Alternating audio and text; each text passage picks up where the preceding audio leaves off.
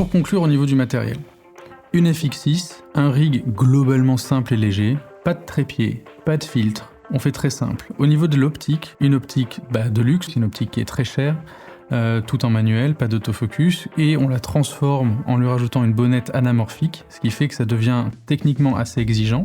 C'est relativement fragile, puisque le montage, on a un bloc optique assez lourd qui tient sur une petite optique, mais on a un rendu qui, à mon sens, est sublime. Au niveau du color grading, on retrouve quelque chose d'assumé, de contrasté, de chaud, et on a un pack complet pour un film qui a une esthétique, qu'on aime ou pas, mais qui a une esthétique qui est présente. Pour conclure, il faut prendre son temps. Un documentaire, ça demande du temps. La notion de less is more, alors ça dépend. Des fois oui, des fois non. Pour ce projet, oui, c'était relativement réaliste, et ça avait tout à fait du sens. Le but, c'est d'assumer ses choix. S'ils apportent quelque chose en plus, s'ils aident à la narration, s'ils clarifient les intentions qu'on peut avoir dans le documentaire, à ce moment-là, allez-y. Tout dépend de ce que vous voulez faire, tout dépend du sujet, tout dépend de comment vous en parlez. Un documentaire, c'est différent d'un reportage. Un documentaire, on donne un point de vue. C'est pas juste des faits.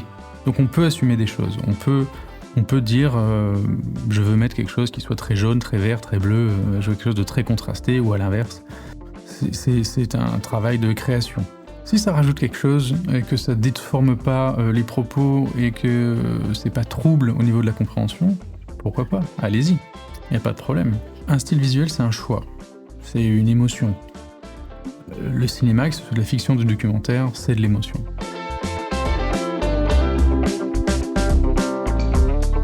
Merci d'avoir regardé cette vidéo.